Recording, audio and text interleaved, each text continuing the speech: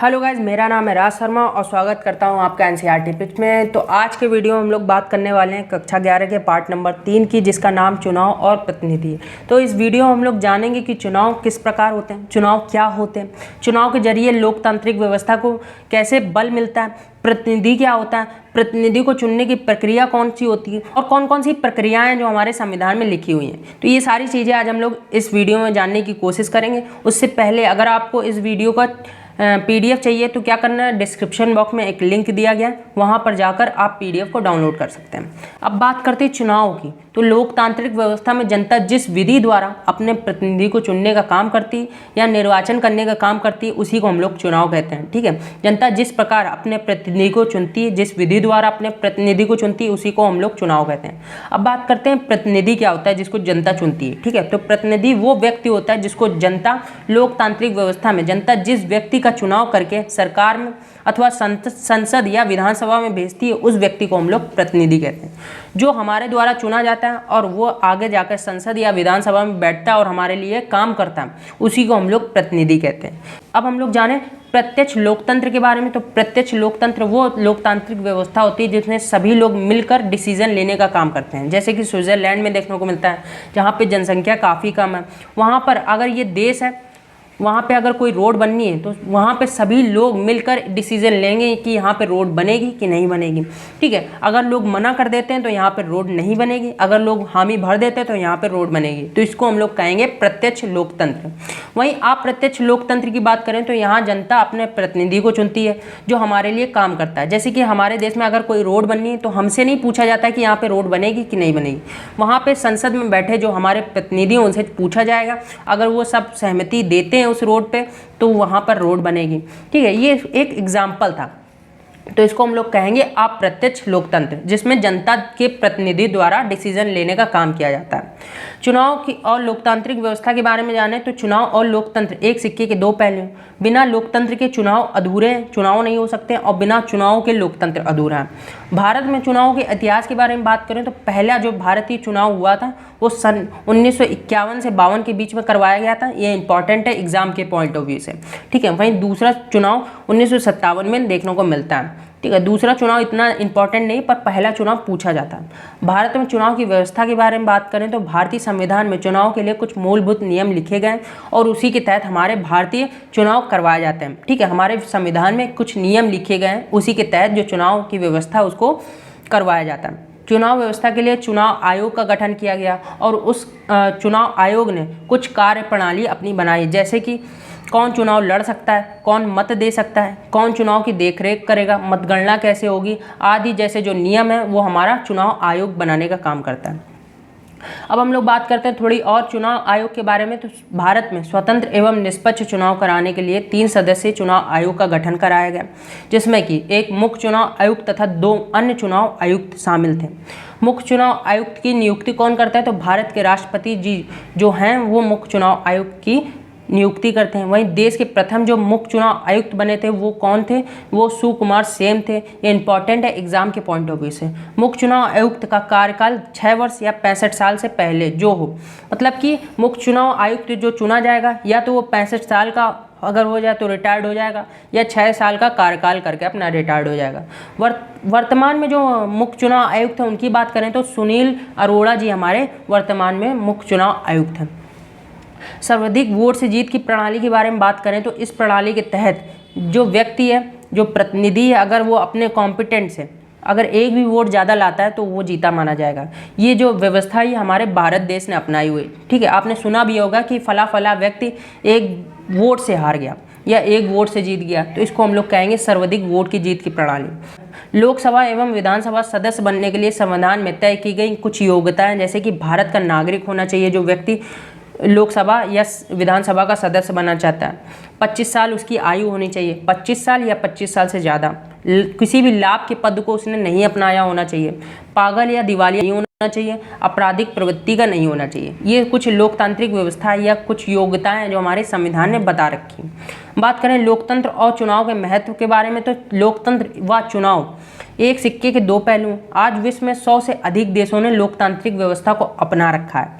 जहां लोकतंत्र है वहां जनप्रतिनिधियों को चुनने के लिए चुनाव प्रणाली अपनाई जाती है। मतलब कि जहां जहां आपको डेमोक्रेसी लोकतंत्र देखने को मिलेगी वहां वहां आपको इलेक्शन या चुनाव प्रक्रिया देखने को मिलती है। ठीक है, तो लोकतंत्र और चुनाव का बहुत ज़्यादा महत्व है डेमोक्रेसी को बना के रखने में। चुनाव प्रक्रिया के बारे में बात करें, जैसे कि अधिसूचना जारी होती, पहले जब चुनाव होते हैं ना तो सबसे पहले जारी होती है अधिसूचना, उसके बाद चुनाव की तिथि तय करवाई जाती है, उसके बाद आवेदन करने की तिथि तय होती है, नाम वापस लेने की तिथि तय होती है, चुनाव प्रचार तथा चुनाव प्रचार की निगरानी करवाना, जैसे कि हमारी जो पुलिस है वो चुनाव प्रचार की निगरानी करती है। तो ये किसके कहने पर करती है? चुनाव आयोग द्वारा कहा जाता है कि इनकी निगरानी करनी।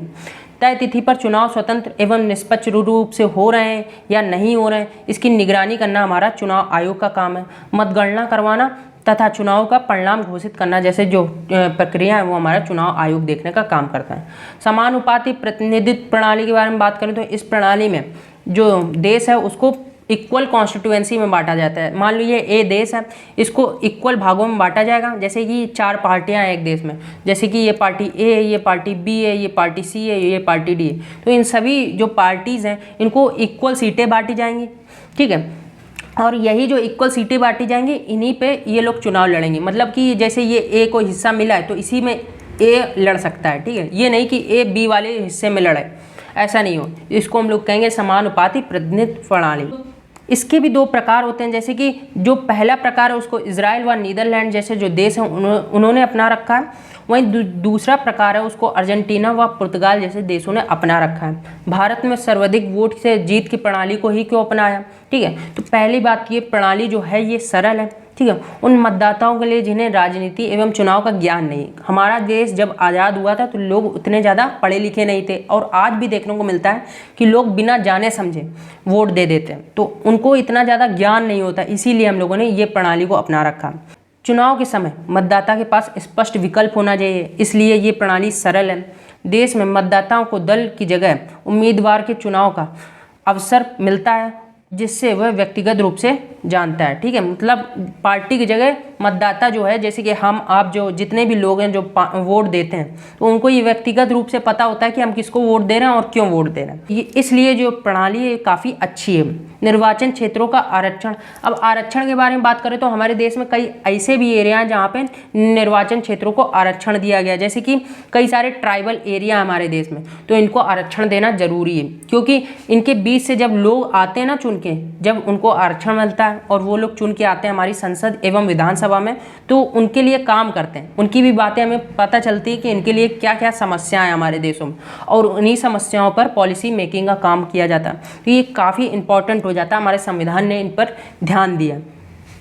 सार्वभौमिक वयस्क मत अधिकार के बारे में बात करें तो इसमें किसी जाति, धर्म, लिंग एवं क्षेत्र के आधार पर भेदभाव नहीं किया जाएगा। अगर व्यक्ति 18 साल का है तो उसको वोट देने का अधिकार है, इसमें यही बताया गया। चुनाव के सुधार की बात करें तो चुनाव के सुधार काफ़ी ज़्यादा ज़रूरी होते हैं, क्योंकि समय समय पर सुधार नहीं होंगे तो चुनाव की प्रक्रिया सही रूप से चल नहीं पाएगी। ठीक है, कि कोई भी चुनाव की व्यवस्था पूरी तरीके से सही नहीं होती, उसमें कई सारी कमियां और सीमाएं पाई जाती हैं, और उन्हीं कमियों और सीमाओं को समय समय पर सुधारने के लिए हमारे चुनाव सुधार जरूरी है। ठीक है, इससे जो चुनाव होते हैं वो अधिक स्वतंत्र एवं निष्पक्ष रूप से करवाए जा सकते हैं। जैसे कि आज के समय में जो लोग हैं वो मांगते हैं कि भारत में आपराधिक प्रवृत्ति के लोगों को चुनाव नहीं लड़ने देना चाहिए।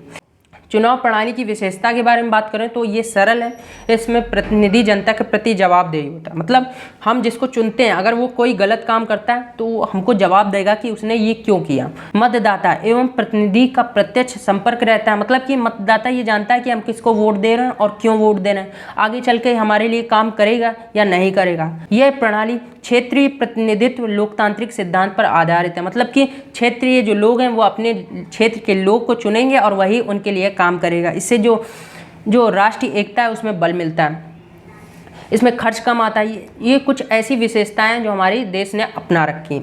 चुनाव की प्रणाली में दोष की बात करें तो कई सारे दोष हैं हमारी चुनाव की प्रक्रिया में, जैसे कि पहला जो दोष है वो अधिक खर्च होना।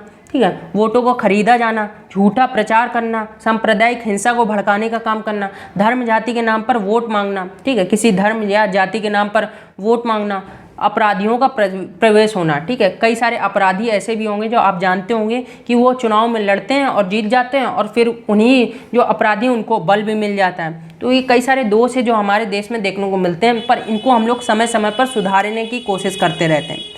तो यहाँ पे हमारा जो वीडियो है वो समाप्त होता है। वीडियो अगर अच्छा लगा हो तो इसको लाइक ज़रूर कर दीजिएगा, क्योंकि इससे आपका तो कुछ नहीं जाता पर हमको एक मोटिवेशन मिलता है नया वीडियो बनाने का।